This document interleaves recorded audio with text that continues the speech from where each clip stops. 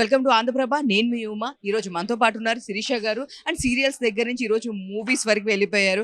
So మాట్లాడదాం అసలు ఈ సినిమా ఎలా ఉంటుంది, ఏంటింది, రాయి వలస అనేది. టైటిల్ చాలా డిఫరెంట్గా ఉంది. ఆ టైటిల్లో వేసిన పోస్టర్ కూడా చాలా డిఫరెంట్ ఉంది. హాయ్ అండి. హలో అండి. Hi hi. ఎలా ఉన్నారు? నేను చాలా బాగున్నాను. మీరు బాగున్నారా? సూపర్ ఉన్నాను. అండ్ అభిషేకం దగ్గర నుంచి అండ్ ఆ తర్వాత సీరియల్స్ అంటే మీరు చాలా ఎర్లీ స్టేజ్లో ఇండస్ట్రీకి వచ్చారు. +1 +2 అప్పుడే చేశాను సీరియల్స్ అవి. ఐ మీన్ ఎండ్ గోల్ ఫిల్మ్సే ఉంటుంది. But then television showed me the way. I'm happy I'm here today. I'm happy my movie team trusted me. Radhika ma'am, Gopi garu, team అంతా నన్ను ట్రస్ట్ చేసి ఈ బాధ్యత నాకు ఇచ్చినందుకు ఐఎమ్ వెరీ హ్యాపీ అండి.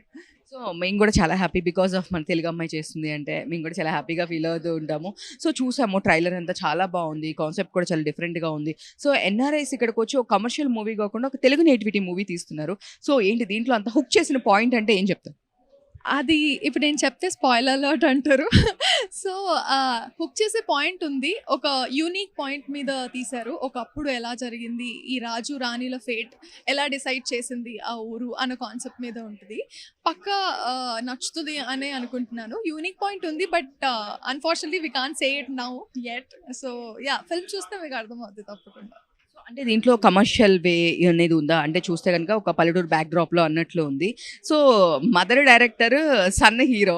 సో నేను ఇందాక కూడా సేమ్ క్వశ్చన్ అడిగాను. ఈ రొమాంటిక్ సీన్స్ చేసేటప్పుడు ఏమన్నా అన్కంఫర్టబుల్ ఫీల్ అయ్యారా? డాడీ ప్రొడ్యూసర్, సో ఫ్యామిలీ మొత్తం అక్కడే ఉన్నారు. సో మీరు చెప్పండి. I don't know. అంటే నేను యాక్షన్ అనగానే రాణిలానే ఫీల్ అవుతాను. So luckily I didn't feel ఒక ఫ్యామిలీ డైరెక్ట్ చేస్తుంది నన్ను, ఒక సన్ మామ్ ముందు సన్ తోటి రొమాంటిక్ సీక్వెన్సెస్ ఉన్నాయి అది అని. But still Karthik was a little hesitant అన్నారు కదా మ్యామ్ ఏమో పుష్ చేస్తుండే తనని. So I saw this cute thing happening అనమాట. దట్ హ్యాపెన్, మీరు చెప్పిన ప్రాబ్లమ్ అయింది. But then at the end we are actors and we did our job. యాక్చువల్గా ఇక్కడ ఏమనిపించింది అంటే హీరోని ఎక్కువగా శిరీష గారు డామినేట్ చేసినట్టు అనిపించింది. చెంప మీద కొడుతున్నారు అంటే కాలర్ అలా పట్టుకున్న కొన్ని స్టిల్స్ చూసాను. సో కొంచెం మీరు ఏమైనా డామినేటింగ్ ఉంటుందా? అంటే క్యారెక్టర్ సున్నితంగా కనిపిస్తుంది, దట్ విలేజ్ లుక్ అదంతా. బట్ కనిపించినంత సాఫ్ట్ కాదు అన్నట్టు. ఆ డామినేటింగ్ ఎందుకు, వై రాణీస్ లైక్ దట్ అనేది మీరు ఫిల్మ్ చూస్తే పక్కా అర్థం అవుతుందండి.